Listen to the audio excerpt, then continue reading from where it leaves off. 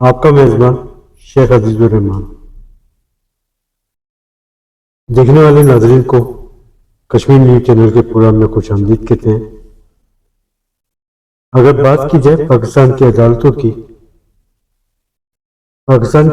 جو حالات آج کل چل رہے ہیں اس پر ہم بات کریں گے۔ اسی طرح وکلا کے بے تحاشا مسائل پائے جاتے ہیں ماضی سے لے کر موجودہ وقت تک۔ کیا صاحبان کی بحالی کا میٹر ہو یا عدلیہ کی آزادی کا، یہی کالا کوٹ اور یہی وکلا ہمیشہ شیشہ پلائی بن کر سامنے کھڑے ہو جاتے ہیں اور عدلیہ کی آزادی اور جج صاحبان کی بحالی میں اہم کردار ادا کرتے ہیں۔ اسی طرح بینچ اور بار کے تضادات، جب سے 27ویں ترمیم پیش کی گئی ہے بینچ تو ختم ہی ہو گئی ہے بلکہ بار اہم کردار ادا کر رہا ہے۔ آج ہمارے ساتھ سینئر قانوندان سپریم کورٹ آف پاکستان جناب خضر ایاز خان صاحب، جو کہ بھاری اکثر سے خیبر پختونخوا بار کونسل کا الیکشن لڑنے میں کامیاب رہے ہیں۔ پہلے ہم آپ کو خوش آمدید کہتے ہیں اپنے پروگرام میں، اور اس کے ساتھ ساتھ آپ کو مبارکباد بھی پیش کرتے ہیں۔ السلام علیکم سر۔ وعلیکم السلام۔ کیسے ہیں سر آپ؟ خیریت سے؟ شکر جی، اللہ کا کرم ہے، آپ سنائیں جی؟ ٹھیک اللہ پاک کی رحمت ہے۔ ہمارے دیکھنے والے ناظرین کی آگاہی کے سلسلے میں آپ کا تعارف؟ میرا نام جی خضر حیات ہے، اور کہاں سے تعلق رکھتے ہیں سر؟ یہی پشاور سے تعلق رکھتا ہوں۔ گاؤں کا نام خزانہ پایا، یہ خزانہ شوگر مل آپ نے سنا ہوگا، جی جی، تو وہاں سے بلانگ کرتا ہوں۔ سر آپ کی ابتدائی تعلیم کے بارے میں کچھ آگاہی فراہم فرمائیں۔ ابتدائی تعلیم جو ہے میں نے تقریباً 7ویں جماعت تک یہاں پہ صدر میں مسلم پبلک سکول ہے، وہاں سے پڑھا ہے۔ جی، ہمارے پرنسپل بہت مشہور پرنسپل تھے، یہ کینٹ نمبر 1 سکول جو ہے سید حسنین نقوی صاحب، جی، تو وہاں سے ریٹائر ہو کے وہ ہمارے پرنسپل ہوتے تھے ان دنوں میں۔ اور اس کے بعد جو ہے پھر میں پشاور پبلک سے پڑھا ہوں، یہاں کا کافی فیمس سکول ہے پشاور میں، تو FSC تک میں Peshawar public school and college Warsak road Peshawar سے پڑھا ہوں۔ اس کے بعد جو ہے پھر BSc ڈبل میتھس فزکس میں اسلامہ کالج سے پڑھا تھا، لیکن بہرحال اس میں مجھے مزہ نہیں آیا، تو اس وجہ سے وہ BSc میں نے چھوڑ کے پھر پشاور یونیورسٹی سے BA کر کے اور پھر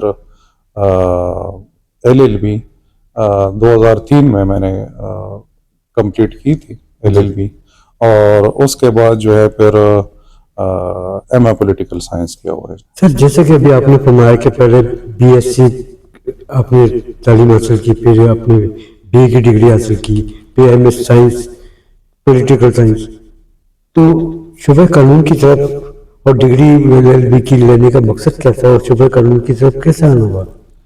شروع میں تو بالکل جہاں تک BA BC کی بات ہے تو اس ٹائم میں نے جیسے آپ عرض کیا کہ BC پڑھا تھا، تو اس کے بعد ہی جب میں نے دیکھا اس پہ انٹرسٹ بلڈ اپ نہیں ہو رہا تھا BC میں، تو پھر وہ چھوڑ کے میں BA میں نے کیا، اور BA میں نے لا سبجیکٹ کیا، اور اس کے بعد ہی پھر میرا انٹرسٹ پیدا ہوا۔ کسی اہم شخصیت کو دیکھ کر متاثر ہوئے آپ؟ جی، یہ ماشاءاللہ یہ میرے استاد ہیں اشتیاق ابراہیم صاحب، جی جی، اور یہ سپریم کورٹ کے جج ہیں جی۔ تو جب آپ نے اپنی لیگل پریکٹس کا آغاز شروع کیا تو آپ کے استاد محترم کون تھے؟ اشتیاق ابراہیم صاحب جی۔ اشتیاق ابراہیم صاحب، جی، ماشاءاللہ۔ خزانہ سے یہ بھی تعلق رکھتے ہیں، خزانہ شوگر مل سے، جی، اور میں کرمنل پریکٹس کرتا ہوں، زیادہ تر murder cases, terrorism, cyber crime. تو سر آپ کا سول کورٹ، ہائی کورٹ اور سپریم کورٹ تک کا سفر کیسا رہا؟ کافی اچھا رہا، اور بہت مشکلات بھی ہیں، لیکن اللہ کے کرم سے وقت اچھا گزرا ہے۔ تو سر آپ نے جب اپنی لیگل پریکٹس کا آغاز شروع کیا، سول اور فیملی مقدمات سے شروع کیا ہوگا، آج کل کن مقدمات پر آپ کی پریکٹس جاری ہے؟ میں جب شروع میں تو میرا انٹرسٹ جو تھا وہ سول سائڈ پہ انٹرسٹ نہیں تھا، جی، تو میں شروع سے میں نے کرمنل لا پہ پریکٹس کی ہے اور فرام دا ویری اسکریچ میں یہ کہہ لوں گا بگننگ سے تو کرمنل پریکٹس کی ہے اور مرڈر کیسز جو تھے وہ اپنے سینئر کے ساتھ ہینڈل کرتا تھا تو ابھی تک وہی پریکٹس چل رہی ہے. تو جو جس نیچر کا بھی کرائم ہو تو وہ ڈیل کر لیتا ہوں. کسی سیاسی پولیٹیکل پارٹی سے بھی آپ تعلق رکھتے ہیں؟ ٹائم تو اتنا نہیں ہوتا, بہرحال وکالت میں مصروفیات زیادہ ہیں, لیکن میں ملگری وکیلان جو ہیں ان سے بلانگ کرتا ہوں اور میں بہت ہی کم ٹائم دے پاتا ہوں. جی اس سے قبل آپ نے جو ابھی 2025 کے الیکشن ہوئی اس سے قبل آپ نے کبھی باہر کی سیاست میں حصہ لیا؟ 2011 میں جی میں جوائنٹ سیکرٹری الیکٹ ہوا تھا اور اس میں بھی ماشاءاللہ ریکارڈ ووٹ دیے تھے. 443 لیڈ سے میں جیتا تھا. تو ابھی تک 400 فگر کسی نے سر وکلا کے اتحاد اور اعتماد سے آپ نے 2025 کا الیکشن لڑا جس میں بھاری اکثر سے آپ جیتے. آپ نے ایسے کون سے مشہور کون سی تجاویز رکھی تھی جس سے آپ نے اپنے وکلا بہن بھائیوں کا دل جیتنے میں کامیاب ہوئے؟ دیکھیے جی, جب سے میں وکالت میں آیا ہوں تو تقریباً مجھے 22 سال ہو چکے ہیں. تو ان 22 سال میں نے ہمیشہ ڈیلیور کیا ہے. اور جو بھی ینگسٹرز ہیں, فار ایگزامپل میں لا کالجز میں لیکچر دیتا ہوں, اس کے علاوہ جوڈیشل اکیڈمی جایا کرتا ہوں, وہاں پہ لیکچر دیتا ہوں. جو ہمارے بار ووکیشنل کورسز ہوتے ہیں وہاں پہ میں لیکچر دے دیتا ہوں. یہاں آفس اگر کوئی جونیئر وغیرہ جو نئے ایڈوکیٹس ہیں جو ہم سے جونیئر ہیں, کہنے کا مطلب یہ ہے, تو میں ان کو گائیڈنس دے دیتا ہوں, ان کو فائل سمجھا دیتا ہوں. تو جو بھی ان کے کویسچنز ہوتے ہیں میں بتا دیتا ہوں. تو بہرحال میجورٹی جو پروفیشنل لائرز ہیں انہوں نے مجھے سپورٹ کیا ہے. اور لائر جو ہیں وہ سمجھتے ہیں جی, ہر بندہ جو ہے کورٹس میں جو بھی پریکٹس کرتا ہے سب ان لائرز کو معلوم ہوتے ہیں. جیسے کہ ابھی آپ نے فرمایا کہ آپ نے ماشاءاللہ جسٹس اشتیاق ابراہیم صاحب سے آپ نے پریکٹس حاصل کی. اپنے سینئر سے کی پریکٹس سے آپ جیسی شخصیات اعلیٰ عہدوں تک پہنچ گئی. نئے آنے والے وکلا سینئر کی پریکٹس سے نالا نظر آتی ہے. آرگومنٹس کے موقع پر عدالتوں میں بات نہیں کی جاتی, شارٹ کٹ چاہتے ہیں, کیوں؟ نہیں ایسا تو نہیں ہے. میں جو ینگسٹر جو ہیں, جو ینگ لائرز ہیں, ایڈوکیٹ صاحبان ہیں, تو ان میں مجھے نظر آتا ہے کہ وہ کافی کمپیٹنٹ ہیں. اور اگر وہ ابھی میں آبزرو کر رہا ہوں بہت اچھے آرگومنٹس کرتے ہیں. لا کالجز میں جو موک ٹرائل ہوتے ہیں, موک کیسز ہوتے ہیں, تو اس میں نے آبزرو کیا ہے کہ ینگسٹرز میں کافی کمپیٹنسی ہے اور وہ آگے آئیں گے. لیکن جہاں تک آپ کی بات ہے تو اگر وہ اپنا جو ہے بکس کا ساتھ نہ چھوڑیں تو کافی آگے آ سکتے ہیں اور کافی اسکوپ بھی ہے اس فیلڈ میں. نئے آنے والے وکلا کی آگاہی کے حوالے سے اگر بات کی جائے تو انہیں آگاہی کے حوالے سے کوئی مہم چلانے کی ضرورت ہے؟ نہیں ایسی تو کوئی وہ بات نہیں ہے. میرے خیال میں پچھلے سال یہاں پہ جب میں تقریباً 22 سال پہلے آیا تھا تو یہاں پشاور میں تقریباً وکلا حضرات کی اسٹرینتھ جو تھی وہ 1500 کے لگ بھگ تھی. آج کل 7000 کے لگ بھگ ہے جی. تو پچھلے سال تقریباً 1000 نئے وکلا کا اندراج ہو چکا ہے جی. سر اگر بار کے حوالے سے بات کی جائے, پاکستان کی تمام بارس میں دیکھنے میں آیا کہ تمام بارس کمپیوٹرائز ہے, لیکن بیلنس نظر نہیں آتا. جعلی وکلا کی بھرمار پائی جاتی ہے. آج جیسے پروفیشنل شخصیات بڑی متاثر ہوتی ہیں, جعلی وکلا کو کیسے روکا جائے؟ یہ تو بار کونسل کا کام ہے جی. اور یہاں تو پشاور میں سچ چونکہ لاہور جو ہے نا وہاں پہ مسائل اکثر آ جاتے ہیں اور وہ بہت بڑا بار ہے. تقریباً 40,000 میرے خیال میں لگ بھگ ان کی اسٹرینتھ ہے. تو وہاں پہ اب ہر ایک لائر یہاں تقریباً ابھی 7,000 تک پہنچ گیا ہے. تو نارمل بات ہے کہ ہر بندہ کوئی نہیں جانتا. اگر باہر کے حوالے سے بات کی جائے الیکشن سے قبل، خواہ وہ صدور کی سیٹ پہ ہوں یا جنرل سیکرٹری یا ممبرس بڑے بڑے دعوے کرتے ہیں، لیکن جب منتخب ہو جاتے ہیں وہی قیادت یا تو بک جاتی ہے یا ہلکی پڑ جاتی ہے. کیوں؟ جہاں تک میں اپنی بات کروں گا جی، میں ایک سوچ کے ساتھ آیا ہوں جی، اور اس وجہ سے لائر نے مجھے سپورٹ بھی کیا ہے، جو میں ان کا شکریہ بھی آپ کے توسط سے ادا کروں گا، آپ کے چینل کے توسط سے.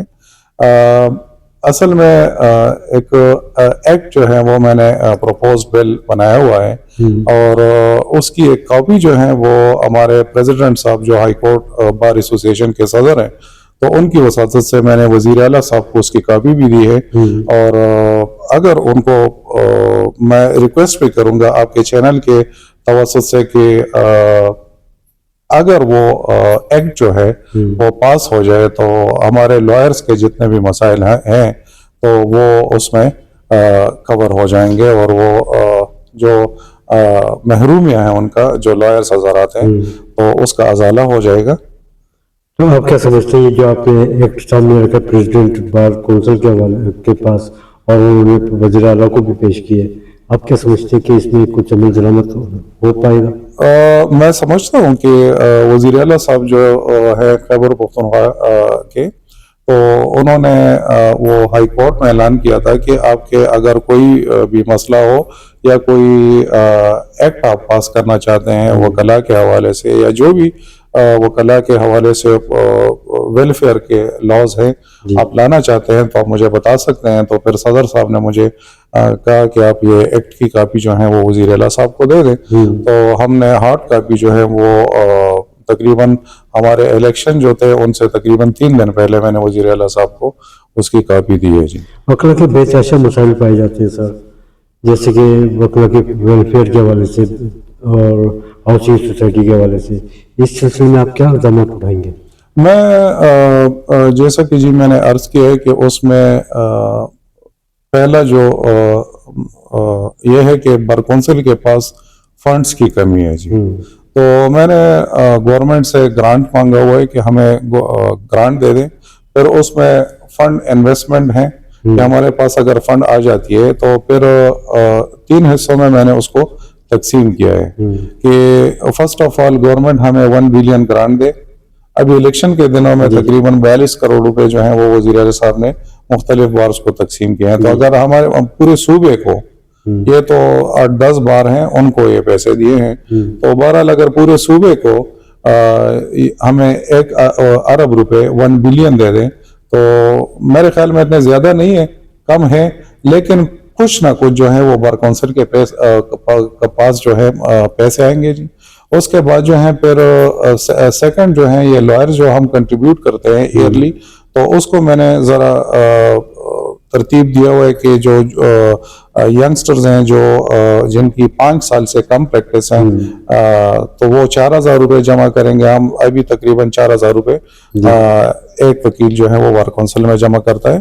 پھر جو 5 سے 15 سال والے وکالت والے وکلاء صاحبان ہیں، تو ان کے لیے میں نے سجیسٹ کیا ہے کہ وہ 6,000 روپے جمع کریں، اور جو 15 سال سے اوپر جن کا ہو گیا ایسی بھی تو تجویز 10,000 ہونی روپے جمع چاہیے کہ لائف ٹائم اگر ہو جائے. نہیں، یہ تو وہ تو بار ایسوسیشن، جہاں تک سپریم کورٹ کی بات ہے یا ہائی کورٹ بار ایسوسیشن ہے یا ڈسٹرکٹ بار ایسوسیشن ہے، تو وہاں پہ لائف ٹائم ممبرشپ تو ہم نے کی ہوئی ہے. اب بار کونسل جو ہے اصل میں جو فنڈ کی میں بات کر رہا تھا، تو اصل میں جب ایک وکیل بیمار ہوتا ہے تو اس کے لیے بہت ہی نومینل بجٹ ہوتا ہے. پھر اس کے بعد جو ہے پھر maternity benefit for female lawyers وہ نہیں ہے. تو میں نے سجیسٹ کیا ہے کہ 75,000 سے لے کر 1 لاکھ روپے جو ہے پر کیس جو ہے وہ فیمیل لائر کو ملنے چاہیے. پھر سکنس بینیفٹ ہیں وہ لائرز کو ملنے چاہیے، میکسیمم 3 months جو ہے پر ایئر جو ہے وہ ملنے چاہیے. پھر اس کے بعد یہ ایکسیڈنٹل جو انجریز ہو جاتی ہیں جس طرح آج کل کے حالات ہیں، تو اگر لائر کو کوئی وہ آفس میں یا ڈیورنگ کورٹ آورز ان کو کوئی انجری انفلیکٹ ہو جاتی ہیں تو اس کے لیے پیسے رکھے ہوئے ہیں تقریباً 2.5 لاکھ پلس میں ایکچوئل میڈیکل، پھر ہمارا میڈیکل جو ہے وہ بالکل نہیں ہے جی. تو اگر گورنمنٹ جو ہے وہ ہمیں کس کیٹیگری میں مطلب ہمیں ڈال رہی ہے، ایک کلاس 4 کے تمرات ہے اس کا بھی پینشن ہو جاتا ہے، لیکن ایک لائر جو ہے وہ 50 سال 60 سال سرو کرتا ہے یہاں پہ، ایٹ لیسٹ 40 ایئرس تو سرو کر لیتا ہے. لیکن ٹینیور تو آپ کا 5 سال کا ہے، اس پہ آپ کچھ عمل درآمد کرانے میں بھی کرنے ہوں گے. تو انشاءاللہ یہ دیکھیں کہ لائرز نے مجھ پہ اعتماد کیا ہوا ہے، اور میں اپنی طرف سے پوری کوشش کروں گا کہ جو ایکٹ میں نے بنایا ہوا ہے اور اس میں بہتری بھی آ سکتی ہے. اگر مثال کے طور پر آپ مجھے اس میں بہتری کی طرف لا سکتے ہیں تو ہم اس میں چینجز کر سکتے ہیں. وہ تو فائنل نہیں ہے، وہ تو ایسے ہی وہ ایک ڈرافٹ بنایا ہوا ہے، دیٹ از پروپوز ڈرافٹ، تو فائنل ڈرافٹ تو ہے نہیں. وکلا کے اور بھی بے تحاشا مسائل پائے جا رہے ہیں سر، جیسے کہ ماضی سے لے کے موجودہ وقت تک عدلیہ کی آزادی کے حوالے سے یہ جج صاحبان کی بحالی کا میٹر ہو، یہی کالا کوٹ ہو، یہی وکلا ہمیشہ شیشہ پلائی بن کر دیوار بن کر کھڑے ہو جاتے ہیں. 2007 کی تاریخ علی احمد قرب صاحب کی سربراہی میں دیکھ لیں آپ. سوال یہ ہے کہ آج کل کے دور میں وکلا کی آواز کو دبانے کی کوشش کی جا رہی ہے، جھوٹی FIR درج کی جا رہی ہے، اس کا مقصد کیا ہے سر؟ میں تو سمپلی یہ کہوں گا کہ جو بھی لوگ یہ کر رہے ہیں تو میرے خیال میں ان کو کوئی خطرہ محسوس ہوتا ہوگا. حالانکہ کالا کوٹ تو ہے، وہ تو جو انڈیپینڈنس آف جوڈیشری اور قانون کی بالادستی کی بات کرتا ہے. تو میرے خیال میں ہم تو غریب عوام مظلوموں کے ساتھ ہم ہمیشہ کھڑے ہوتے ہیں. اور آپ نے دیکھا بھی ہوگا کہ کوئی ڈپارٹمنٹ، کوئی بھی محکمہ چاہے جو بھی ہو، پہلے جو ہیں وہ وکلا کھڑے ہوتے ہیں، اس کے بعد ہی پھر کوئی آواز اٹھاتا ہے. اسی حوالے سے میں نے سابق vice chairman Punjab bar council Chaudhry Baba Waheed سے میں نے بات کی کہ یہ جو جھوٹی FIR درج کی جاتی ہیں، مذمتی بیان سامنے آتا ہے، صرف مذمتی بیان ہی ہوتا ہے یا اس پر کچھ عمل درآمد بھی کرانے میں کامیاب ہوتے ہیں؟ پہلے کی جو میں بات نہیں کرتا، اور ابھی 1 دسمبر سے انشاءاللہ ہم چارج لیں گے تو اس پہ پھر انشاءاللہ بات بھی کریں گے اور میٹنگ بھی بلائیں گے. اور پریکٹیکل اگر لائر نے ابھی دیکھیں یہاں پہ بار کونسل کے الیکشن میں تو کافی ڈراسٹک چینجز آئی ہیں، اور ود ریسپیکٹ، لیکن ایسے وکلا صاحبان جو کوئی کسی کے ذہن میں بھی نہیں تھا کہ یہ وکلا صاحبان جو ہیں یہ ہار جائیں گے یا لوگ انہیں چوز نہیں کریں گے، تو وہ نہیں ہوئے. نچلی سطح کی اعتماد ہے جی ہم پہ. نچلی سطح کی عدالتوں کی بات کی جائے، ماضی سے لے کر موجودہ وقت تک دو کا تو ہی نظر آتی ہیں. سول مقدمات کے ساتھ فیملی مقدمات کی بھرمار پائی جا رہی ہے نچلی سطح کی عدالتوں میں. پرانے مقدمات کو کیسے نپٹایا جائے؟ میرے خیال میں جوڈیشری میں انڈکشن ہونی چاہیے، ججز کی تعداد بڑھانی چاہیے ہائی کورٹ لیول تک، بلکہ سپریم کورٹ تک، کیونکہ اتنے مقدمات پڑے ہوئے ہیں کہ اب سپریم کورٹ کی میں بات کر لیتا ہوں تو اگر آپ ایک اپیل فائل کرتے ہیں تو 5 سال بعد بھی اس کا نمبر نہیں آتا. اکثر بندے جو ہیں وہ ان کی عمر قید پوری ہو جاتی ہے اور وہ اپیل نہیں آتا اس کا نمبر. تو میرے خیال میں ججز کی تعداد بڑھانی چاہیے. پھر کچھ مسائل جو ہیں وہ پروسیکیوشن میں بھی ہیں، مسائل جو ہیں تو وہ ہمارے وکلا صاحبان میں بھی ہیں. تو کسی ایک جگہ پہ آپ ٹارگٹ نہیں کر سکتے، کبھی کسی ایک جگہ پہ آپ فوکس نہیں کر سکتے. اور اس بابت سے میں جی آپ کو ایک بات بتانا چاہوں گا کہ ہمارے چیف جسٹس صاحب جو ہیں عتیق شاہ صاحب، تو انہوں نے بہت پازیٹیو سٹیپس لیے ہوئے ہیں، اور یہ ایک ڈرافٹ ہے جی پروپوزڈ ریفارمز ہیں criminal law of Khyber Pakhtunkhwa 2025 جی. تو یہ آپ دیکھ بھی سکتے ہیں، اور اس کی ایک جو ہے میں چیف صاحب کو بھی دے چکا ہوں جی، اور وہ یہ چاہتے ہیں کہ اسپیڈی ٹرائل ہو جی. تو سر اگر بات کی جائے ہائی کورٹ کی، ابھی آپ فرما رہے ہیں کہ ہائی کورٹ کے چیف جسٹس صاحب نے پرپوزل دی ہے، ہائی کورٹ میں تقریباً 26 لاکھ سے زائد مقدمات زیر التوا پائے جا رہے ہیں. بالکل ایسا ہی ہے. سپریم کورٹ آف پاکستان میں تقریباً 65,000 سے زائد مقدمات زیر التوا ہیں. جی نئے پرانے مقدمات وہ سوال دوبارہ آ گیا، نئے پرانے مقدمات آئینی بینچوں کے ذریعے کیسے نپٹائے جائیں؟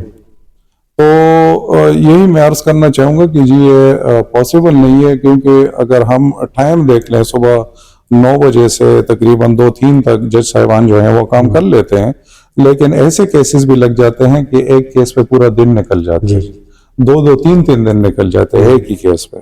تو ایسے میں 65,000 کیسز یہ ڈیسائیڈ کرنا آسان بات نہیں ہے. ڈیلے مقدمات کی وجہ سے پاکستان کی عوام کا اعتماد اکستا جا رہا ہے پاکستان کی عدالتوں سے، لیکن وکلا اور کلائنٹ مینجمنٹ ابھی تک جاری اور ساری ہے.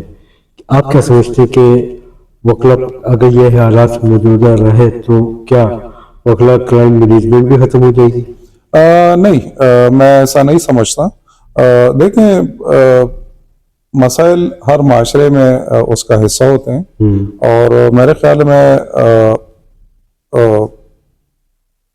ایک بات میں آپ کے توسط سے کہنا چاہوں گا، ذرا ڈیریل ہو رہا ہوا اس سبجیکٹ سے. یہاں پہ دیکھیں فالتو لیٹیگیشن نہیں ہونے چاہیے. یہاں پہ میں اکثر دیکھتا رہتا ہوں کہ فالتو جو فیملی کے کیسز ہیں تو تھوڑی سی برداشت صبر سے کام لینا چاہیے. باقی یہ پراپرٹی وغیرہ کے آپ کیسز دیکھ لیں تو آج سے تقریباً 20-25 سال 30 سال پہلے کی بات آپ دیکھ لیں. میں وہ بات کروں گا کہ اتنے لیٹیگیشن نہیں ہوتے، لیکن with the passage of time جو ہیں پراپرٹی کے پرائز بڑھ گئے ہیں. تو لوگ جو ہیں وہ ہر بندہ یہ کوشش کرتا ہے کہ میں ایسے پراپرٹی لے لوں، یہ میرا حق ہے، یہ اس کا حق ہے، یہ وائس ورثہ بہت سی باتیں ہوتی ہیں.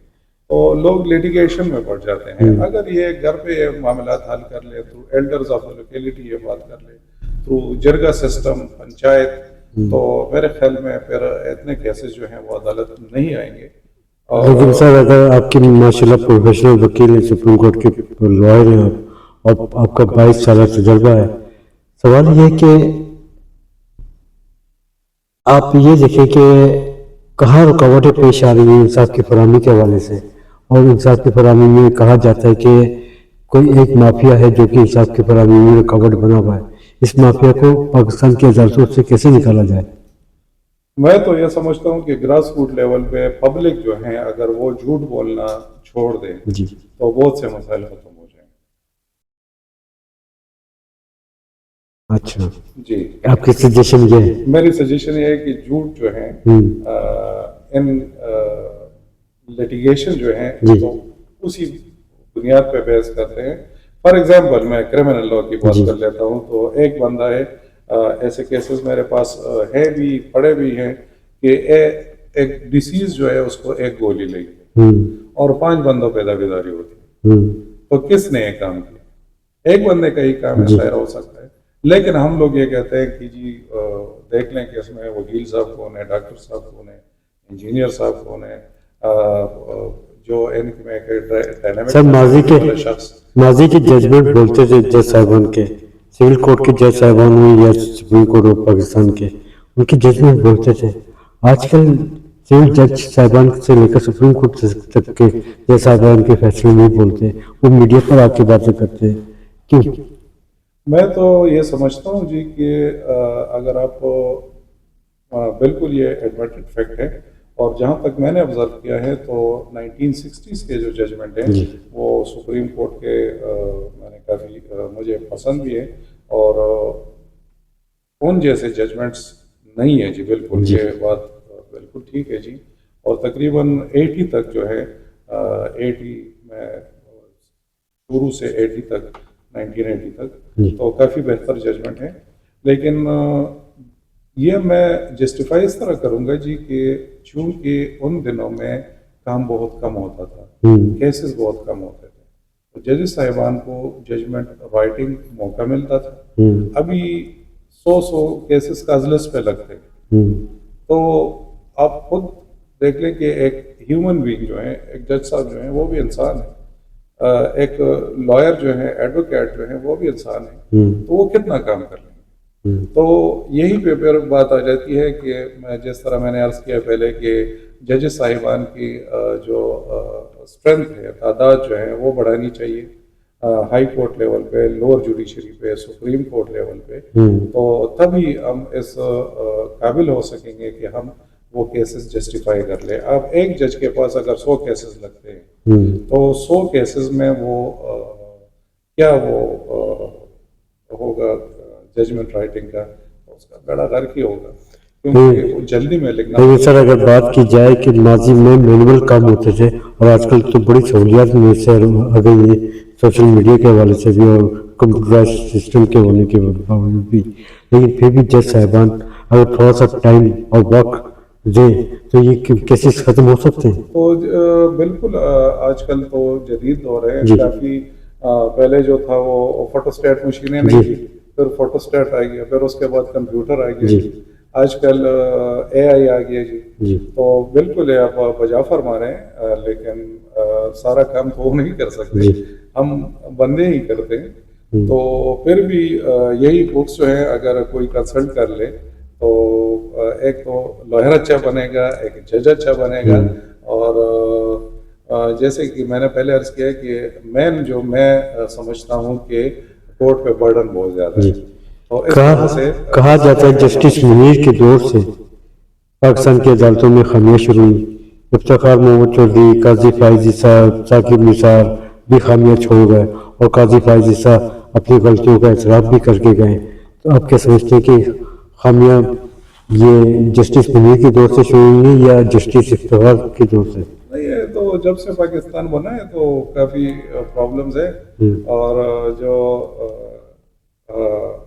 جب لا کالج میں ہم ہوتے تھے تو یہ لا آف نیسیسٹی اور یہ باتیں آئی تھی، ہم نے پڑھی تھی، تو یہ تو شروع سے ہمارے جو ہے کانسٹیٹیوشن، اور یہ تو دور دور کی بات ہے، وقت وقت کی بات ہے، لیکن پرابلم تو ہے جی، بالکل ایشوز آپ بجا فرما رہے ہیں اور میں ایگری کرتا ہوں اس کے ساتھ۔ سول جج سے لے کر سپریم کورٹ تک کے جج کی تقرری کے حوالے سے سفارشی کلچر پایا جاتا ہے، اس سفارشی کلچر کو کیسے ختم کیا جائے؟ دیکھیں جی، یہ 26 امینڈمنٹ سے پہلے تو بہت شفافیت تھی، اب اس کے بعد جو ہے پر پولیٹیکل اپروچ اس میں آ گئی، تو اب جتنے سینیٹرز وغیرہ ہیں، ایم این ایز ہیں، لا منسٹرز ہیں، تو ان کے توسط سے وہ جو ان کے چہیتے ہوتے ہیں تو وہی لوگ جو ہیں وہ اوپر جا سکتے ہیں اور وہ ان کی سفارش کرتے ہیں، تو میرے خیال میں یہ پولیٹیکل انفلوئنس جو ہے وہ ماضی سے لے کر موجودہ وقت تک جتنی بھی حکومتیں پاکستان پر مسلط ہوئی انہوں نے آئین اور قانون کا سہارا لیتے ہوئے آئین میں اور قانون میں ترمیم کی، خواہ وہ 18ویں آئینی ترمیم ہو، 26ویں آئینی ترمیم ہو، 27ویں آئینی ترمیم ہو، اپنے مفادات کے لیے، وکلا اور عوام کے لیے نہیں سوچا کبھی، کیوں؟ دیکھیں جی، شروع سے لے کر ابھی تک 1947 سے لے کر 2025 تک یہاں پہ حقیقی معنوں میں جو کیا کہتے ہیں اس کو، سینیٹر عامر خان نے سپریم کورٹ آف پاکستان میں چیلنج کیا، حال ہی میں ڈی چوک اسلام آباد پر وکلا کا احتجاج سامنے آیا، بلاول بھٹو زرداری کا موقف سامنے آتا ہے کہ 26ویں آئینی ترمیم کو عدالتوں میں چیلنج کرنے یا احتجاج کرنے کا کوئی فائدہ نہیں یا پارلیمنٹ کا حق ہے، آپ کیا سمجھتے ہیں کہ بلاول بھٹو زرداری کا بیان جو ہے آئینی ہے یا سیاسی؟ آئینی تو ٹھیک ہے، لیکن بلاول بھٹو زرداری صاحب جو کہتے ہیں، یا میرے خیال میں احمد ولی خان نے بھی اس کو انڈورس کیا ہے یہ 27 امینڈمنٹ کو، تو اب کانسٹیٹیوشنلی بالکل وہ ٹھیک کہہ رہے ہیں کہ اسمبلی کا حق ہے، تو وہ پاس کر سکتے ہیں، ان کا کام ہی لیجسلیشن ہے، تو لیجسلیچر نے اگر کوئی بل پاس کیا ہے یا لا جو ہے وہ پروپوز کیا ہے اور وہ پھر پاس پہ ہو گیا تو وہ ٹھیک ہے، لیکن اس بات کو بھی دیکھنا چاہیے کہ اس کے اثرات کیا ہوں۔ جسٹس منصور علی شاہ کو چیف جسٹس نہ بنانے کی وجوہات اور اندرونی کہانی کیا تھی؟ اور یہ وہی 26 امینڈمنٹ ہے، اور جو بندہ جو ہے ان کو